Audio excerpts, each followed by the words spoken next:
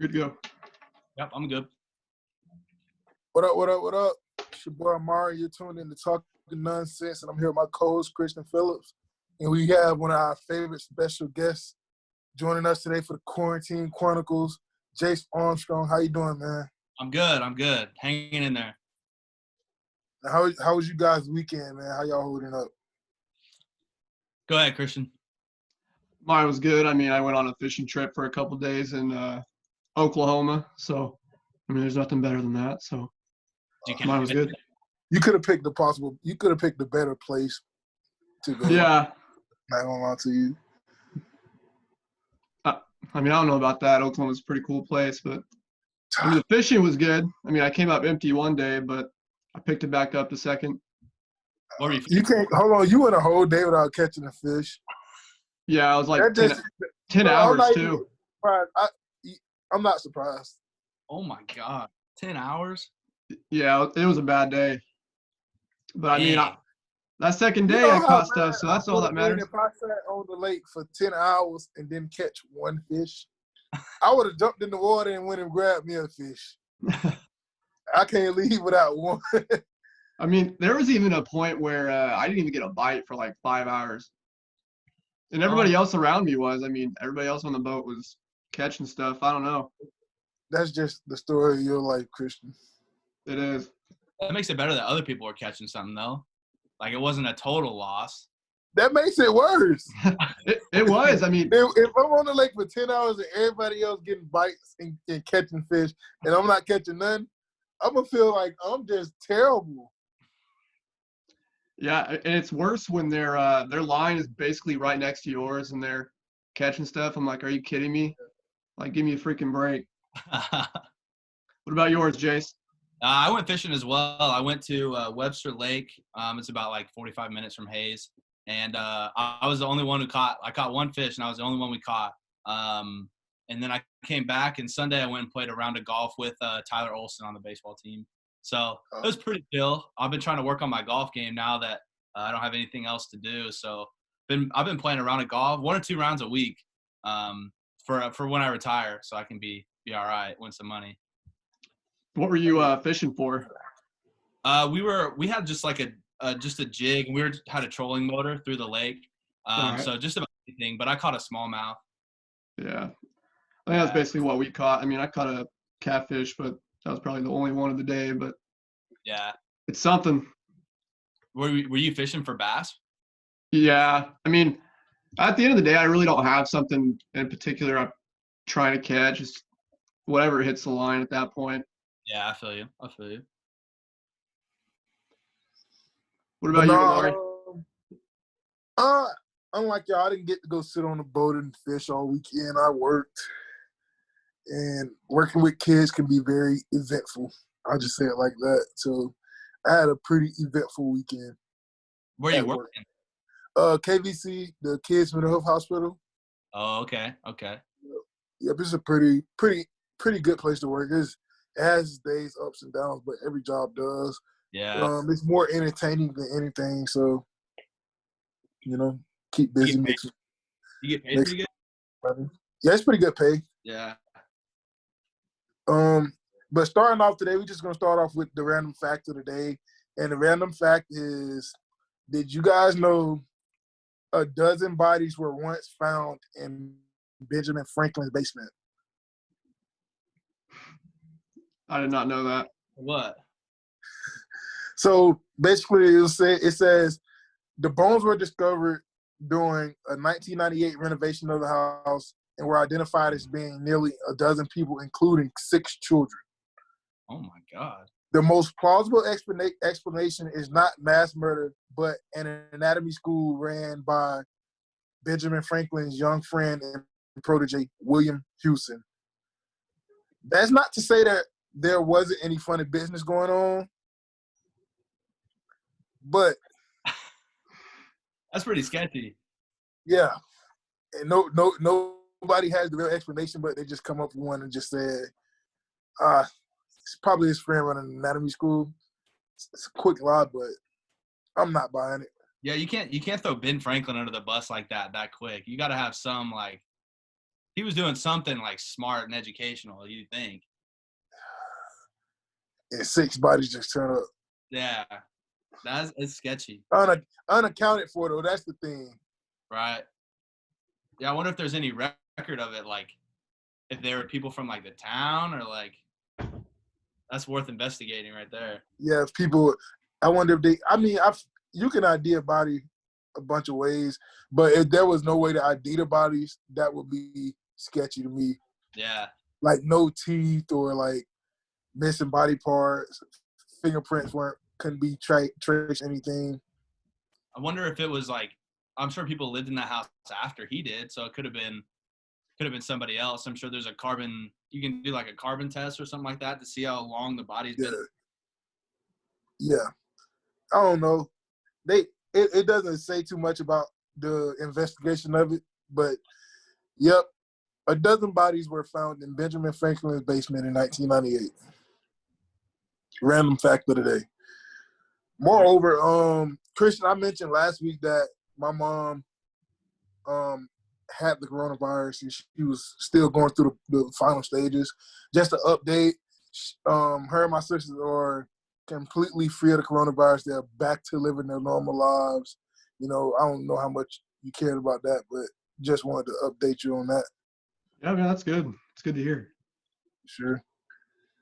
Jace, how you feeling about all this coronavirus stuff, from states opening up to the stay-at-home order protests? How you feeling about it? Well, when we talked in our last video when we were doing the football tournament, like I said it was going to be interesting to see what happens in the next like 2 weeks, and then the 2 weeks turned into a month and a half, and it kind of went like how I expected it to, like as far as the government shutdown of like the stay-at-home orders and everything and like nationwide. But I'm surprised that like, I don't know, some people just aren't taking it seriously. And I think in some areas it's shown like it's regressing, like the virus is kind of like dying off in some areas. Like Hayes we have a total of 8 cases and 4 of them have recovered already. But in Liberal, Dodge City, and Garden. But part of that is because, like, part of that, they recover so quickly because by the time that they find out they got it, they're already on the back end of the virus. Right. Like with my mom, she was already a week and a half through the virus when her test results came back. So really, yeah, like that's the thing. The testing takes a while to come back. Right. Yeah. That's the scary part. Not to bash people in Hayes. I don't think people in Hayes kind of taking it seriously. I mean, where I live, there's been parties probably every single week. I mean, there's definitely not that 10-person limit. Oh yeah. No, I've seen on a couple people's Snapchat stories and that they're not like keeping it the limit or whatever you want to call it, feet apart. But I mean, that's their choice at the end of the day. But I mean, I'm just surprised there's not more cases, that have been reported. It's just. I mean, my whole thing is it spreads by people that show symptoms going out into places and not getting checked. So if it's 20 people that don't show symptoms, which some people can have the virus and not show symptoms, but most likely if you have it, you're going to show symptoms sooner or later. And if you haven't shown symptoms and I haven't shown symptoms, I don't mind being around you. But the problem lies in when people show symptoms and they still go out into places. Yeah. I feel like that's where the biggest problem is. And they won't go get tested. Mm-hmm. Yeah. This is definitely a time where you have to hang out with people you trust. I mean. For sure. Yeah. Well, and like staying in Hayes, like a lot of my friends, the baseball guys went home.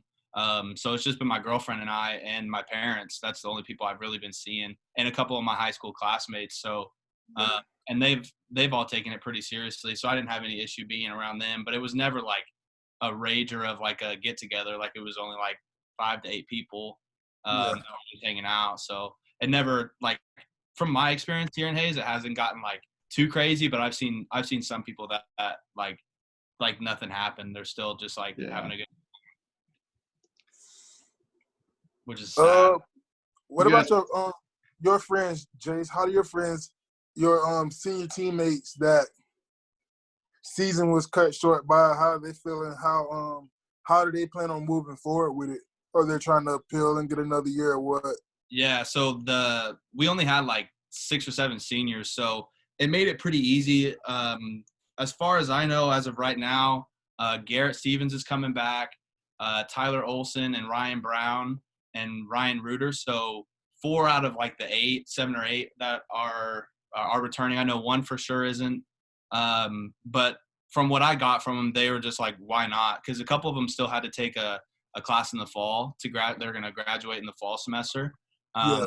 So they're going to try to spread that out and maybe like get a minor or something like that just to get that last year. Pick up a couple of electives or something. Yeah, for sure. So I would say about half, if not more. I know a couple are still considering because if they can get a scholarship again, then like they're going to come back. But if they're going to have to put it in their pocket or not get any sort of like reimbursement, they won't. Yeah. I hope Coach look out for him, man. That'll be big.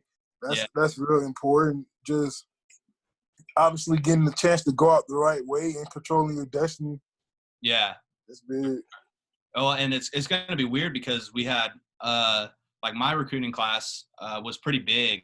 So those guys coming back and then the incoming freshmen, like we're going to have to redshirt a few guys just because we're going to have so many people with that redshirt year, That's what I was telling Christian last week.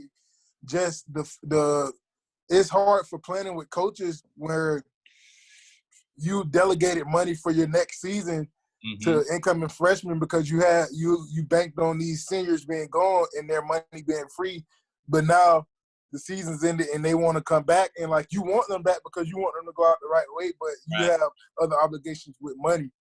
Yeah, and that's a sticky situation. Yeah, that's tough, and you can't just pull money out of nowhere. You got to have something to do something. Mm-hmm. Do you see any other problems, arising from players coming back?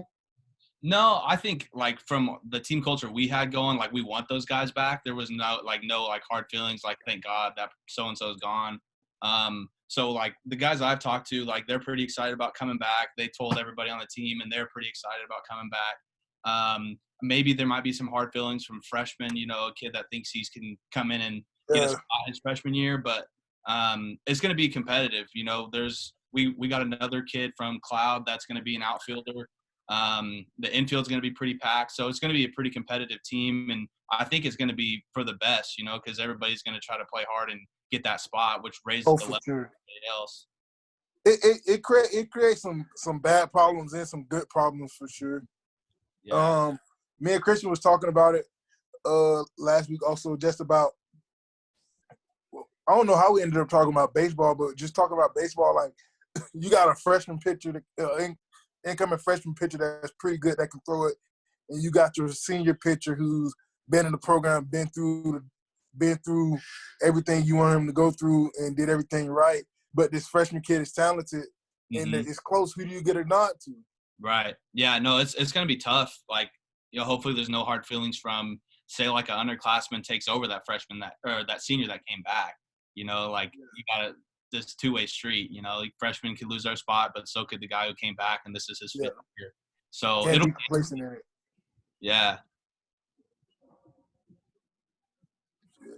NFL draft, man. I just want to lead off with Judy got picked before Lamb, didn't it? Yeah. I thought. Aren't you a Broncos fan, Christian? Or am I wrong? You're a Broncos fan?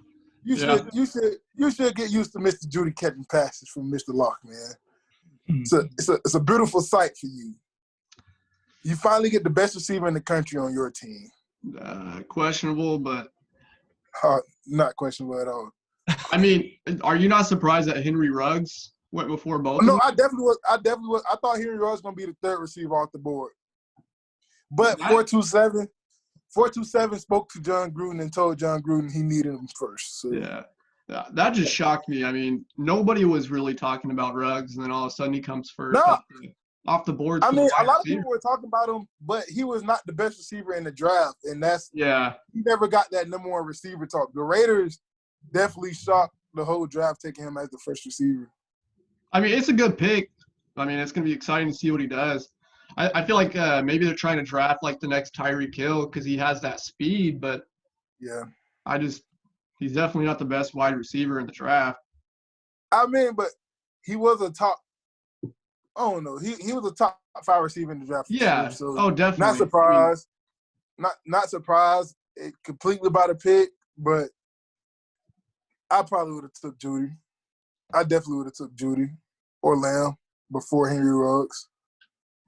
I mean, I'm even surprised with the Chiefs pick all the way at number 32, drafting Clyde Why were you Edwards-Helaire. surprised with that? He was the best player on the board at that point. I mean, personally, I would have picked J.K. Dobbins from Ohio State. You like J.K. Dobbins over Clyde? Yeah. I don't like it. Just like a lot of stuff you speed. like. I mean, speed-wise, I just like him. I mean, they're both physical. I just like Dobbins a lot better. I don't know why the Chiefs picked up another running back, though, because Damian Williams just signed, like, a pretty big contract, and he did really good, like, towards the end of the season for him. So I was surprised that they picked up another running back. Yeah, I've seen some people tweet about, Damian Williams not that good. And I'm like, well, he was basically the Super Bowl MVP. Yeah. I mean, he's not no scrub. I mean, he's not old. I mean, his contract was only a 2. That back. This is a contract year for Damian Williams, though. So the Chiefs might be thinking about parting ways with him. Yeah. It could be one of those, like, the rookie to veteran move. Like, he takes in the Clyde under his wing and, like, kind of shows him the ropes like they do with quarterbacks. So that could have been a move. But I was still pretty surprised by that. Yeah, no. This is a contract year for Damian Williams, so they might just be – I wouldn't be surprised that they try to get him for a cheaper price, even with getting Clyde, and have a 2-head monster. Mm-hmm. Yeah, that's true. So, hey, I'd just like to point out that the Big 12 had 2 linebackers drafted in the first round. Amari. So? what not all SEC. SEC. It's not much, but I just like to point that out. Round. They have NFL style defensive players. They're rare. Hey. They're rare, but hey, I was surprised that they had 2. Christian, that linebacker from Oklahoma is going to be a bust. I'm calling it right now. Hold on. Speaking of hot takes, remember that hot take I ended the podcast on last week because you sounded so crazy? Yeah, it was completely crazy and absurd. But you know what's more absurd? My team drafted Jalen Hurts, and I'm pissed. Yeah, that was surprising. I mean, I don't know what they're congratulations to Tua Tagovailoa because you really were was bagging on him last week, and I told you he was still that guy, and the Dolphins still thought he was that guy. So, I think congratulations to him. A person who fell, who I thought was going to be picked earlier in the night, Isaiah Simmons. He was the 8th pick, but I definitely thought he would have been a top 3 or top 5 guy. Yeah. The Giants went with the O-lineman from Georgia. I thought the Giants was going to take him. Shout out to Georgia. Both of their tackles picked in the first round. I know you're an Eagles fan. Yeah, I'm an Eagles fan, man. It's hard out here with the decision our front office been making lately. You guys had that run, that Super Bowl run, though, 2 years ago? Yeah, and our defense ain't played the same ever since. Are you surprised that T. Higgins fell back to the second? Yeah, for sure. I was mad that we took Jalen Reagor over T. Higgins. I like the pick, though, with the Bengals picking him up. I mean – oh, for sure, because you go get Joe Burrow a big target. Yeah. Big fast target. Yeah, that's huge. To play with 4-2-2 John Ross and AJ Green. I mean, Rager's good. T. Higgins it was is definitely better receivers on the board. Right? I mean, it was better receivers on the board than Jalen Reagor. I mean, what was more surprising, or the Packers? Even Justin Jefferson. Yeah, that is true. He went to the Vikings right after. I'm like, how we draft a receiver from the Big 12 that ain't played no good DBs before we draft Justin Jefferson? I thought the Packers were going to pick up a wide receiver, but then they ended up taking a quarterback. If I'm Aaron Rodgers, I'm not even talking to the Packers front office right now. I would ask for a trade. I would demand a trade. I'm muting them on everything because all you got to do is give them one extra target to help free up Devontae out. But you can't even do that. You don't even – they ain't even draft a receiver. No. Did you see that stat on ESPN that, like, the amount of quarterbacks with first-round pick touchdown passes or something like that? Aaron Rodgers only had one. That is crazy. I mean, I think that also that shows how good Aaron Rodgers is, that he doesn't need that much talent. But, I mean, it would help him if he had that talent around him. Yeah, for and sure. not to say he never had talent. I mean, he had good wide receivers, but they all left, and they haven't, like, been able to rebuild. So, and this is their chance. I mean, you had a first-round pick, and you picked a quarterback when you didn't need one. But they also could be seeing the writing on the wall. Yeah. They also could be saying, well, Aaron Rodgers, this is his last year on contract, and he's getting old. It's time to – it could be the Alex Smith, Patrick Mahomes type deal. I don't think Jordan Love is the quarterback to succeed him, but – Did you see that they were comparing him to Patrick Mahomes? Who? On draft day, there was I don't remember why, who it was. They both why? Because they both light skinned? I don't know. I stopped listening. Hey, I stopped listening after they said, "Oh, he's like a Patrick Mahomes." I'm like, yeah, I'm not even in college. He threw 17 picks in the Mountain West this year. Yeah, come on. I never heard of him until this year. I knew about him because a guy from my area was one of his receivers last year, but his junior year was way better than his senior. Even though he lost like all of his receivers and tight ends his junior year, like to the draft and to graduation, and he played with a bunch of new kids this year. But 17 picks still unacceptable unless 10 of them came off of tip passes. Who do you think is going to be the biggest bust? I mean, just out of the first round or just like overall draft? Out of the first round? Yeah. Man, that's hard. Let me check it out. I think Tua's a good player, but his health was pretty concerning in the last year. I think either A.J. Terrell, Kenneth Murray, A.J. Terrell, Kenneth Murray, or Damon Arnett. My top three. I'm not going with Kenneth Murray because OU native. That don't mean nothing. Y'all known for busting up in the NFL. All right. Chargers gonna be salty this year, though. I think they're gonna be all right. Chargers? Yeah. Who's the quarterback? He landed a good team. Yeah, true. Oh, y'all got Justin Herbert? Oh, actually, going back, if we're gonna pick from the top 10, Justin Herbert might be the biggest bust in the top 10. Really? Yeah, I don't think he's that guy. It's kind of like they drafted a second Phillip Rivers. Yeah, no, that's what I was about to say. They just drafted a younger Phillip Rivers. Yeah. I mean, honestly, yeah, if I just out of the first round, I would just have to say Kenneth Murray and Jordan Brooks. I mean, I don't trust linebackers in the Big 12. The person Jordan Love won't get a chance to be a bust this year. So we'll see. He won't get a chance unless A-Rod gets hurt. They bringing him in to sit a year. You don't think they'll trade him? No. Aaron Rodgers? Negative. I didn't even know the Jordan Love till the draft. I didn't even know. Never heard of him. No, I heard a lot of people were talking about him, trying to say he was the best quarterback in the draft. Really? Yeah, which is he's pretty good, and I think like you said, they were comparing him to Patrick Mahomes, and I think they were trying not to miss again. Like, you know how a lot of people missed on Patrick Mahomes because he didn't win a lot at Tech, but he put up crazy numbers. I think they were just trying not to miss again by saying that. Did you guys see the quarterback Dallas drafted? Huh? Dallas drafted a quarterback. Dallas? Yeah. Who did they draft? I think it's some kid from James Madison. Let me look at him. I don't know how to pronounce his last name. Danucci or something like that. Hope that's correct.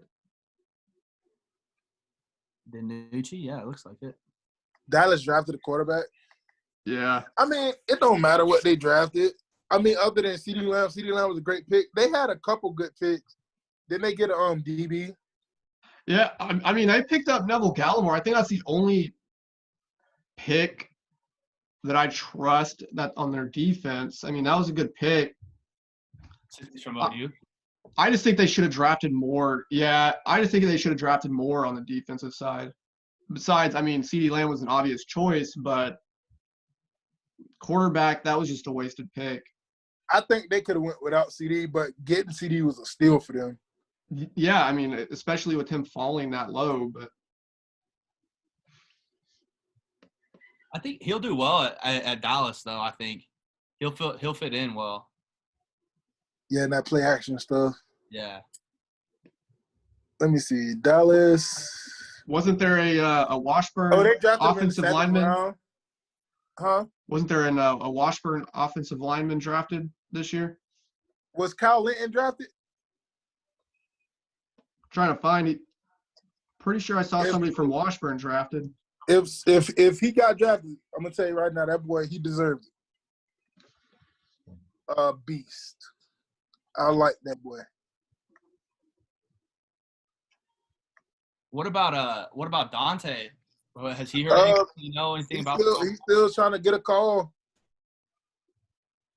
Still trying to get a call. Hope everything works out for him. Yeah, I saw he posted on his Instagram. He got a phone call or there was an article about like the CFL too. Amari, you said Kyle? Yeah, Kyle Linton hitting one of them. Yeah, Vikings picked him up. Did they draft him or what? Yeah. That's live. That's live for real. That's big. But man, moving over from the draft, how do you guys feel about this stuff going on with the NCAA and the NBA G League, with the G League still in the NCAA's top recruits going into the season, going into the signing day? Go ahead, Christian. You know more. I mean, it's difficult. I think that more players are going to start going towards that. I mean, especially with the risk of injury, but I don't think it's going to impact them, too terrible. But I haven't seen a lot of 5-star recruits saying, "Oh, I'm going to go to the G League instead of." But okay, hold on now. College. Just to brief y'all. Today, 5-star point guard Deshaun Nix decommitted from UCLA and is signed with the Pathway program, and he's the third player from the 2020 class to do that. Like, I would just like to point out, have you not noticed that it's a lot of players that have committed to UCLA that have opted to go to the G League? Yeah. And then, so, I mean, I'm curious to what's happening over at UCLA. Like, if somebody's there telling these kids to go to the G League instead of, fully committing to the NCAA. I mean, that's just me. Who else was committed to the UCLA that did it? The Ball brothers, besides Lonzo. But Melo was never committed to UCLA. I thought he did, and then he Melo dropped out of high school. Yeah.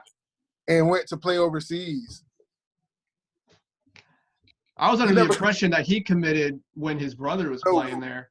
No, he never committed. LiAngelo Ball was there, and he dropped out of school and went overseas.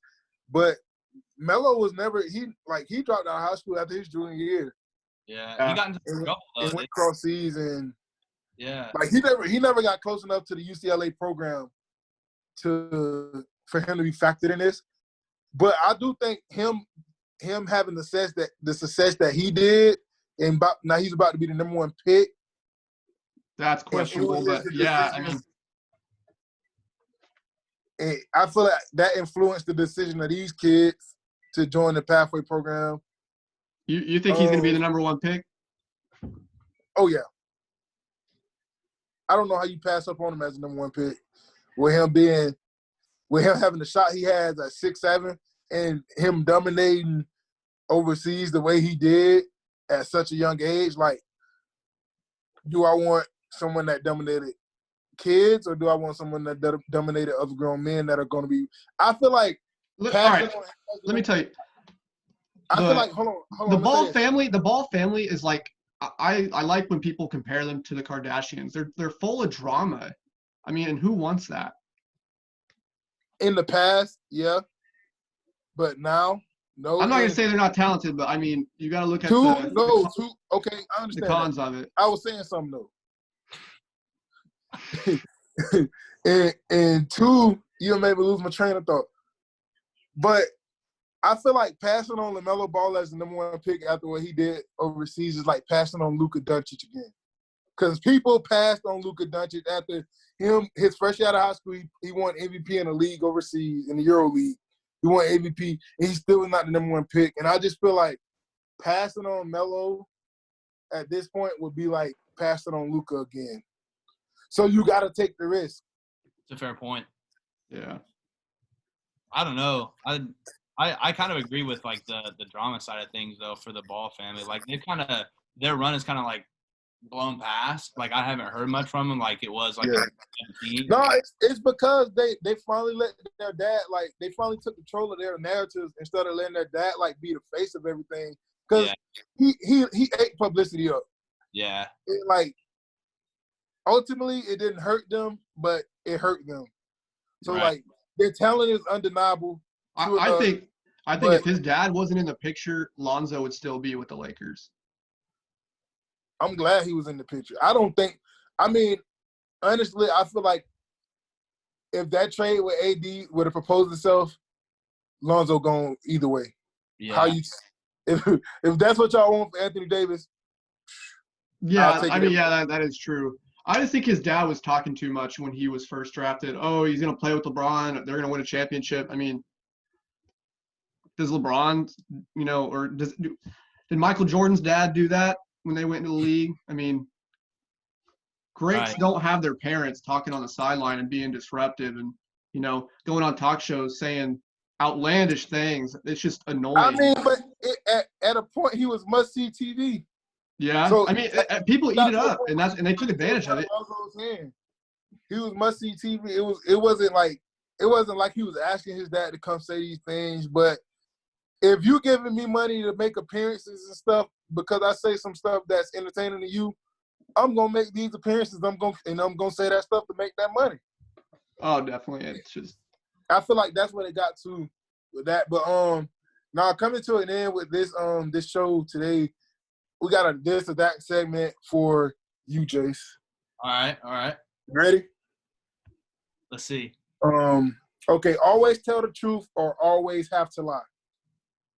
Probably I have to tell the truth. I suck at lying. I feel too guilty. I'm terrible at that. Never be able to speak again or have to say everything on your mind.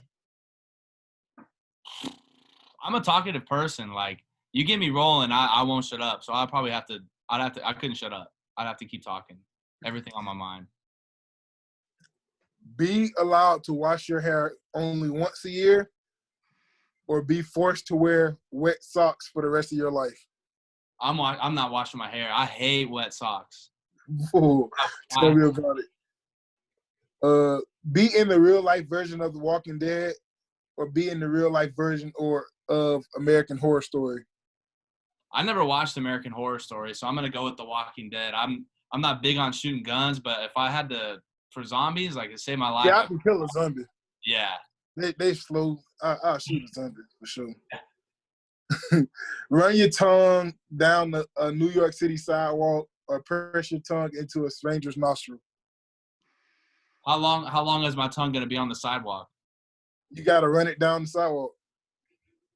Like a little square, or you gotta run it. You gotta run it. I'm gonna do a sidewalk. I can't get that close. Yeah, I feel. I probably spray some sanitizer and do the sidewalk too. That's a tough one. Have the hiccups for the rest of your life, or always feel like you're about to sneeze but you can't. I don't know. I had the hiccups like a week ago. I had the hiccups so bad. I went and ran like a mile like around my house and came back and was like really winded. And my hiccups, like every time I took a drink of water and I tried to eat some food, like it was like I was having a heart attack. Like my whole body almost fell out of my chair. So I'd have to say I feel like sneeze. I feel like that would be all right. All right. Use sandpaper as toilet paper, or use hot sauce as eye drops. Oh my god. As a person who wears contacts, I'm gonna have to say sandpaper For because sure. For contacts sure. burn sucks. Bro, oh my God. All right, last one. Be sticky for the rest of your life or be itchy for the rest of your life? That's nasty. My skin is crawling. I'm gonna be sticky. I don't like being itchy. It depends on how sticky I am or how itchy I am. Both of them are giving me creeps right now. No, neither sounds fun. I have to say sticky because I mean that could help me in baseball too. I mean, help me catch a ball or something. I don't know. Possibly. All right, Christian, man, you got anything to say before we close? No, I mean, not really. We'll save some hot takes for the next episode. Yeah, keep your hot takes so you know I'll end it fast on your hot takes. Yeah. Jace, you got anything you want to say before we close, man? Man, thanks for having me. Anytime, just let me know. All right, man. Thanks for joining us today. Thanks for tuning in. That was Talkin Nonsense Quarantine Chronicles, and we are out.